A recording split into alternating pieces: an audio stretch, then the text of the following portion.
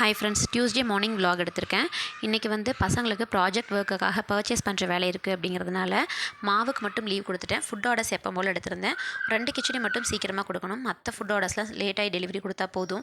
அதனால் கொஞ்சம் பொறுமையாக வேலைகளை ஸ்டார்ட் பண்ணேன். கொஞ்சம் ஓவர் பொறுமையாக இருந்துட்டேன் போல். கடைசி நேரத்தில் கொஞ்சம் வேலை இழுத்துருச்சு. அவசரமாக செஞ்சு கொடுத்தேன். கொஞ்சம் அசால்ட்டாக இருந்துட்டேன். இன்றைக்கி வந்து செவ்வாய்க்கிழமை சாமி கும்பிடுவேன் அப்படிங்கிறதுனால வீடெல்லாம் தொடச்சிட்டு குளிச்சுட்டு சாமி கும்பிட்டுட்டு அப்புறம் தான் சமைக்கவே ஆரம்பித்தேன். இன்றைக்கி பசங்களுக்கு ஸ்கூலுக்கு லஞ்ச் பாக்ஸ்க்கு என்னென்ன பேக் பண்ணி கொடுத்தேன் அப்படிங்கிறத தனி வீடியோவை அப்லோட் பண்ணியிருக்கேன்.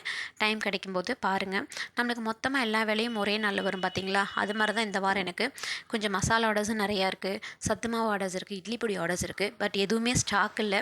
எல்லாமே இனிமேல் தான் அரைக்கணும், ஃப்ரெஷ்ஷாக தான் அரைக்கணும். அதெல்லாம் பசங்களுக்கு ப்ராஜெக்ட் ஒர்க்குக்கு ஹெல்ப் பண்ணணும். எக்ஸாம் வேறு வரப்போகுது. நினச்சாவே கொஞ்சம் பயமாக தான் இருக்குது. நான் வந்து இவ்வளோ வேலை இருந்தாலும் நான் வந்து இடையில என் ஹெல்த்தியும் நல்லா பார்த்துக்குவேங்க. இடையில ஸ்நாக்ஸ் வந்து ஹெல்தி ஸ்நாக்ஸாக தான் சாப்பிடுவேன். தண்ணி நிறையா குடிச்சுக்குவேன். நீங்களும் கொஞ்சம் எவ்வளோ வேலை இருந்தாலும் உடம்பையும் பார்த்துக்கோங்க. காலையில் டெலிவரி எல்லாம் முடிச்சுட்டு பசங்களை ஸ்கூல் அனுப்பிட்டு 10 மணிக்கு மேலே போய் எல்லாம் பர்ச்சேஸ் பண்ணிவிட்டு வந்துட்டு ப்ராஜெக்ட் பைலனுக்கு மட்டும் செய்ய ஆரம்பிச்சிட்டேன். பட் இருந்தாலும் இவ்வளோ வேலையிலையும் ஹாப்பி தான். ஏன்னா இன்றைக்கி லஞ்ச் நான் சமைக்கலை, கடையில் வாங்கிக்கிட்டேன். ப்ராஜெக்ட் காரணமாக காட்டிங்க. பாய்.